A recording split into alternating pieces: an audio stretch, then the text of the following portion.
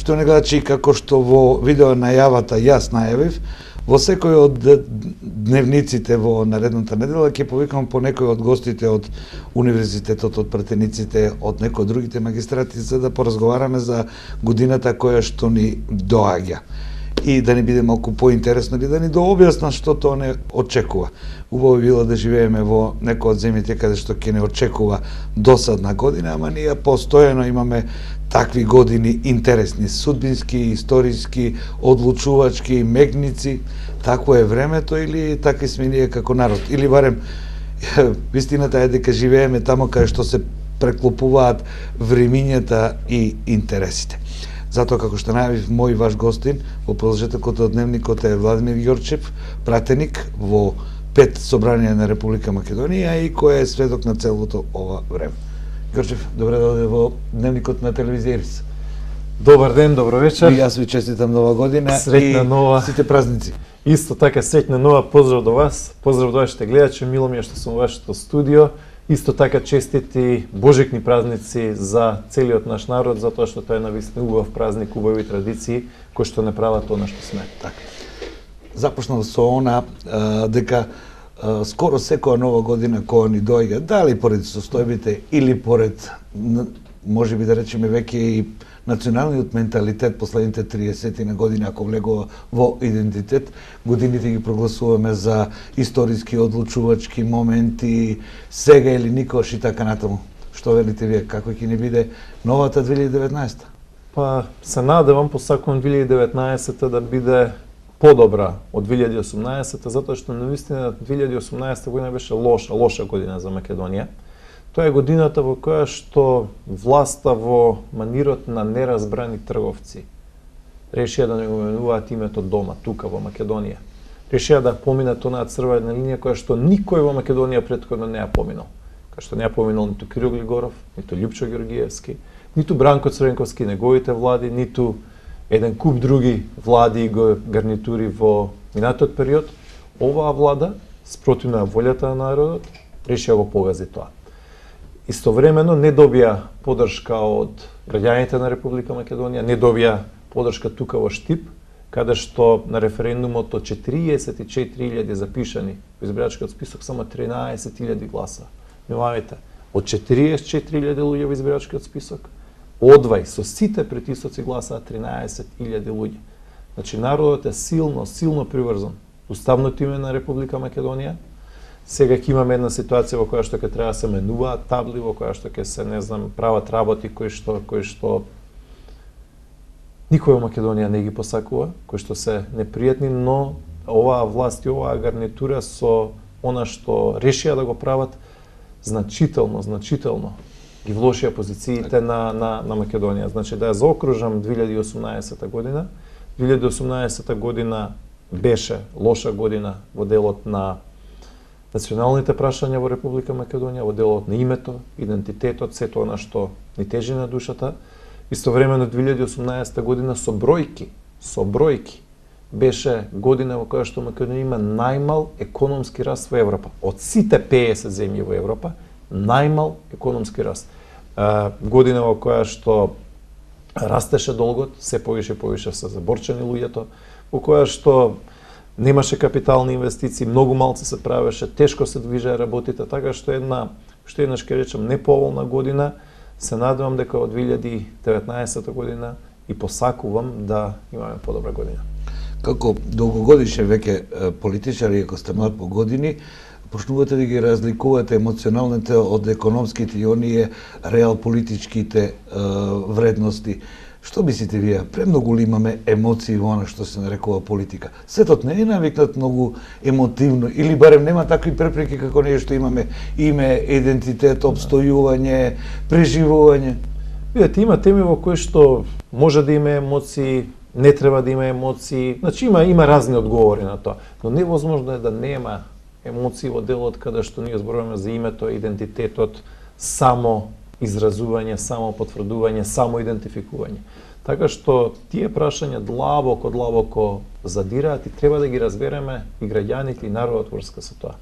Истовремено, нормално дека кога станува збор за економијата, кога станува збор за живеачката, кога станува збор за инвестиции и така натаму, Емоциите треба да бидат малце повеќе ставени на страна, таму треба многу повеќе се оди фокусирано, програмски, математички, пресметано и нормално е, значи тоа е и како во животот. Има работи во кои што повеќе ги внесуваме емоциите, има работи каде што треба да бидеме порационални. Како пратеник во Собранието на Република Македонија, вашата партија најави дека нема да учествува во гласањето за предложените амандмани и овие 3-дневните најмногу 10 дена, вели Уставот, нали, од 8 до 18, но во комисиите и останатата работа на парламентот учествувавте.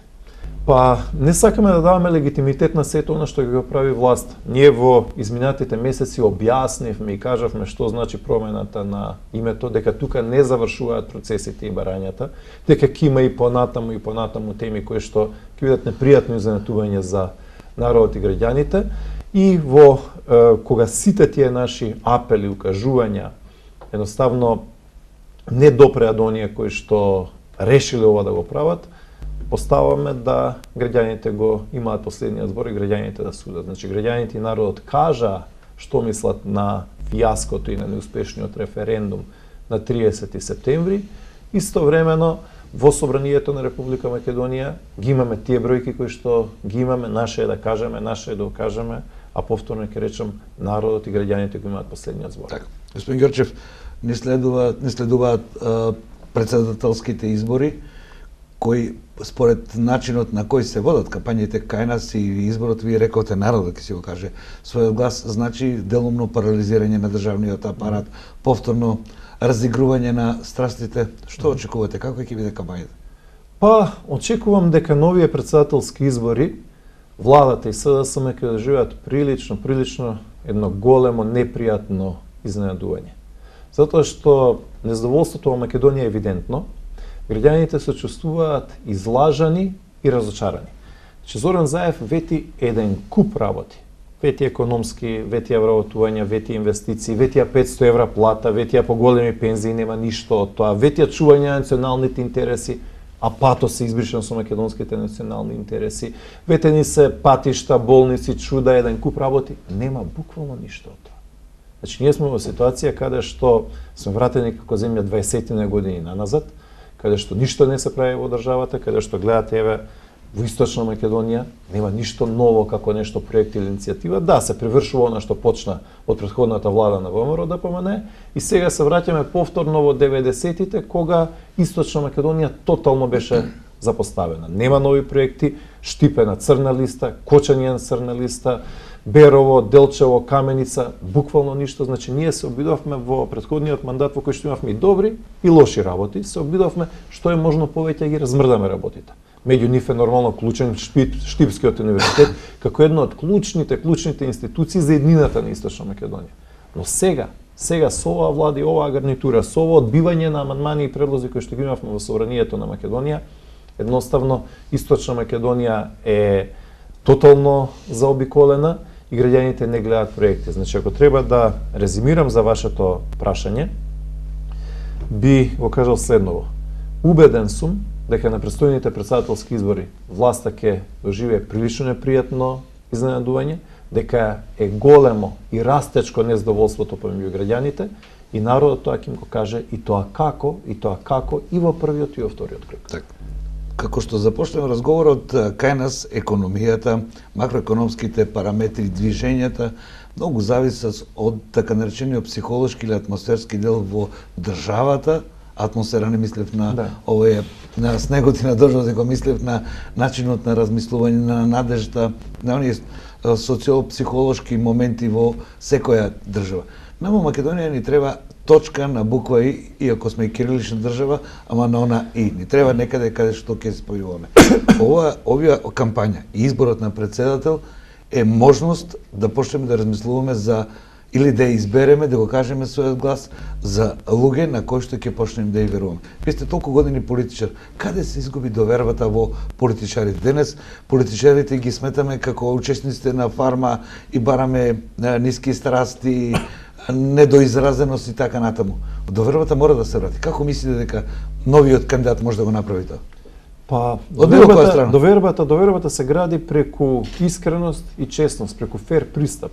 Довербата се гради со тоа што многу ќе внимаваш што ќе кажеш. Довербата ќе се гради со тоа што кога другите се обесхрабрени, тебе бидеш храбар. Кога другите или кога многумина сакаат некоја жестокост, да кажеш со студена глава, чекајте да внимаваме што ќе бидат последиците. Значи, мислам дека довербата се гради со одмереност, но исто така и срчаност. Довербата се гради, како што реков, со честност, со фер одност и со искреност. Господин Ѓорчев, како пратеник мора да ве прашам, и пратениците и министрите кои ми доаѓале овде на разговор, постојано разговараме за буџетот и сега буџетот ќе биде толку, буџетскиот дефицит ќе биде толку и така натаму, економски параметри.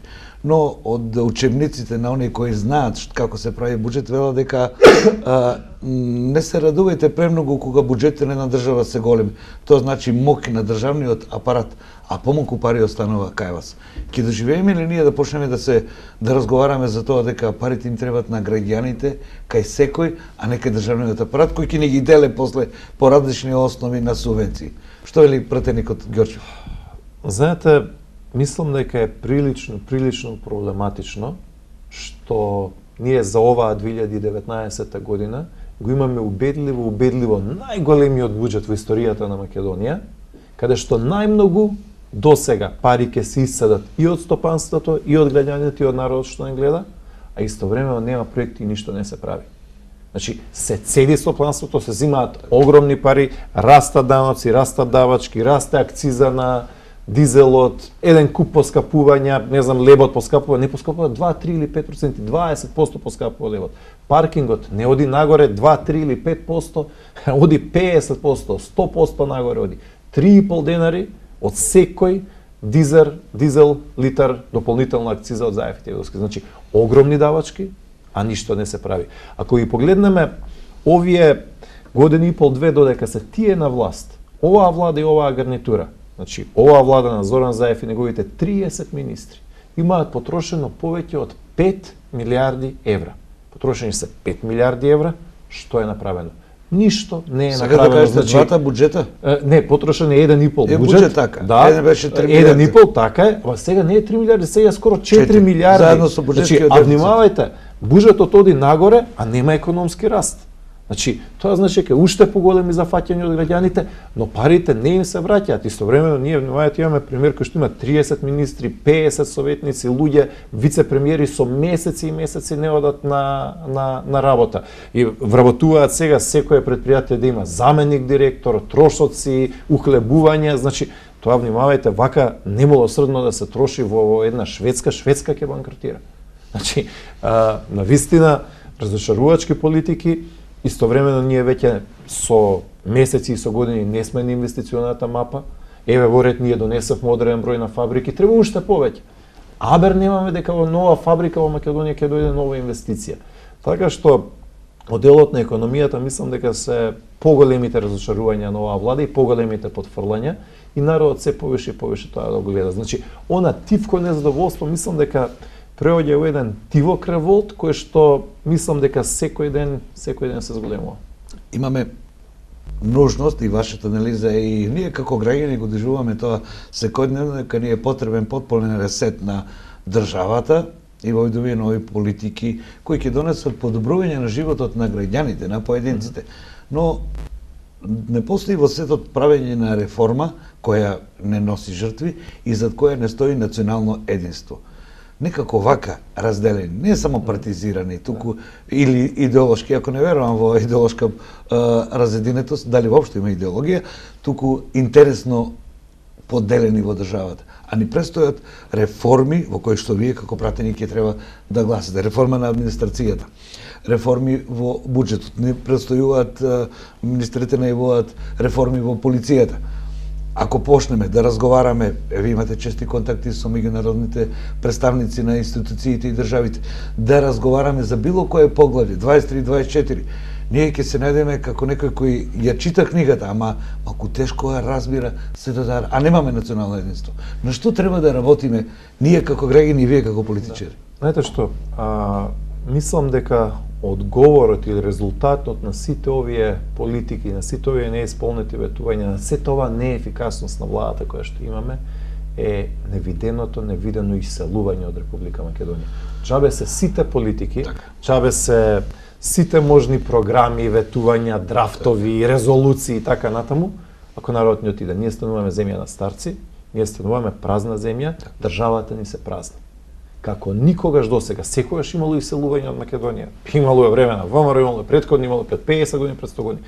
Но ова што сега ни се случува е буквално екзодус. Јас ги гледам бројките. Погледнете колку се испишани деца од штипските училишта само од почетокот на 2018 година, од 1 јануари, како вчера да беше.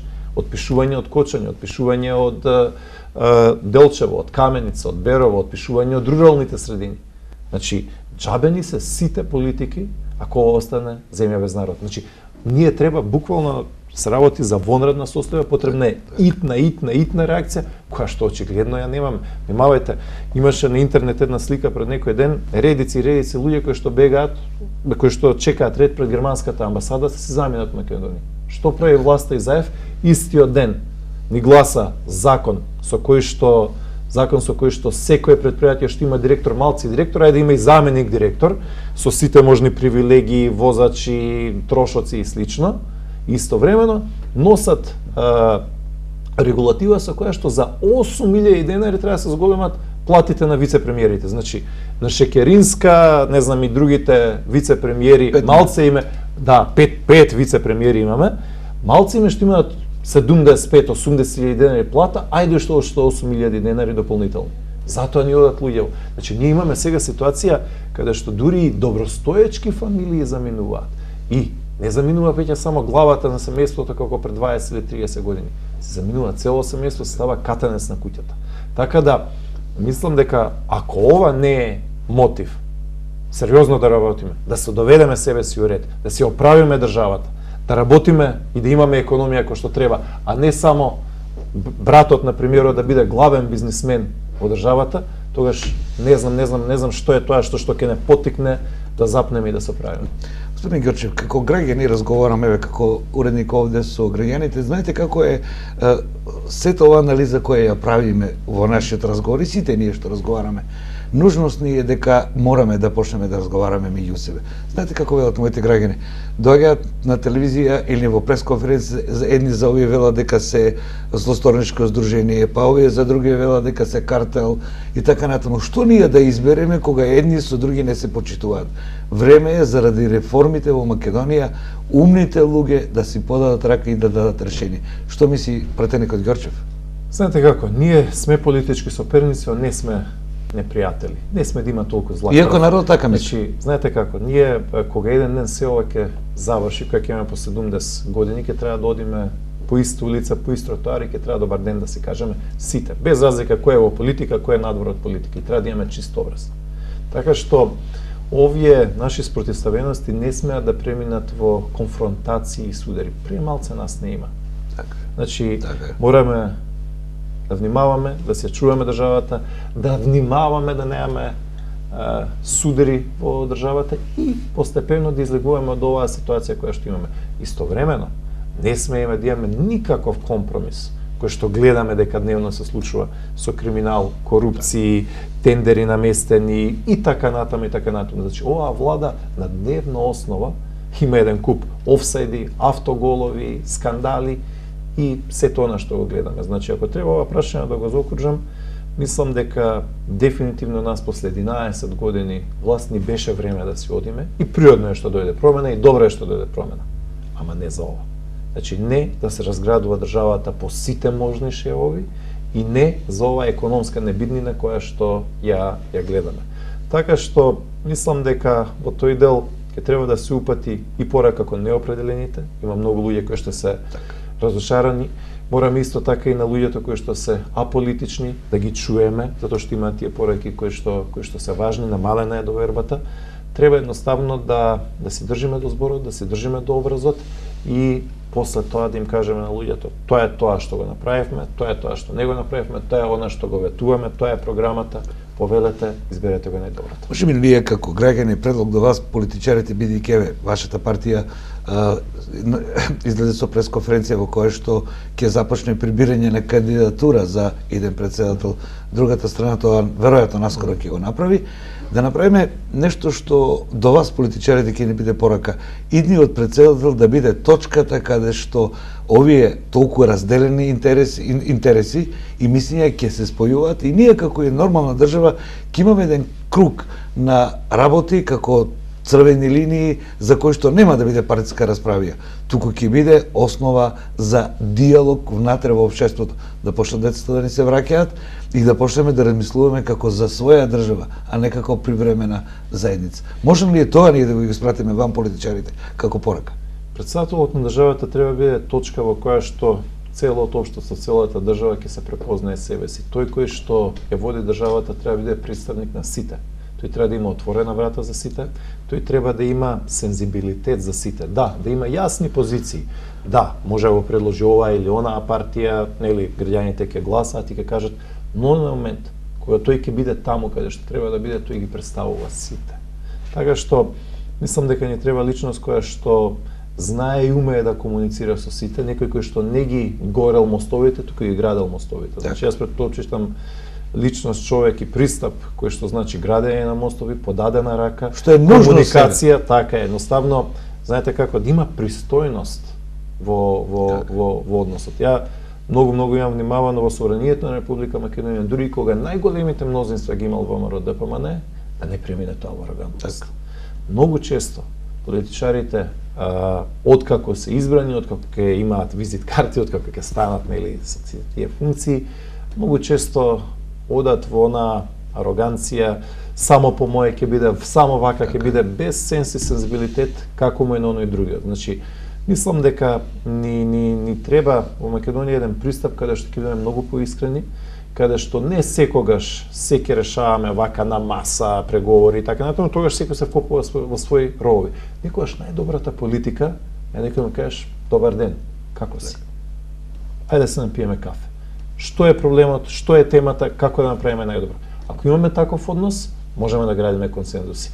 А ако одиме само и исклучиво остро и надур, тогаш тука нема консензус. Нашиот народ вели кавгата не е диалог. Диалог е разговор на разумните, впрочем тоа е демократија.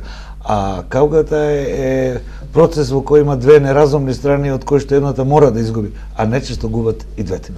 Господин Грчев, јас ви благодарам што одвоивте време. Надвор е поприлично студено, но сепак пратеник сте во Собранието на Република Македонија. Законот вели дека пратениците ги представуваат сите граѓани. Ви благодарам што одвоивте време. Благодарам уште еднаш. Среќна нова година 2019 на сите што не гледаат. Нека ова биде една убава година за Македонија со среќа и береќет во семејствата. Благодарам уште еднаш. Поштовани гледачи, секогаш во секој разговор се извлекува искуство или заклучок. Некој тоа уме да го синтетизира на брзина, некој му треба многу повеќе аналитика, но сите извлекуваме нешто што се нарекува искуство. Демократијата, според учебниците, е процес кој се негува и се прави од прилика како оние мозаиците во нашите антички градови. Едно по едно и се прави слика. Додека функционирањето на другите општества бара силна рака и единствена волја. Не знам дали нашиот народ има смисол за демократија, но реков, тоа се учи. Генерацијски затоа треба добра волја, а без добра волја малку потешко. Се надевам дека овој народ ќе извлече од себе тоа што му е најбитна карактеристика, па без разлика дали е антички, новоформирани, не знам со како презнак. Овој народ е мудар. Барем јас така мислам. Довидување до новиот дневник.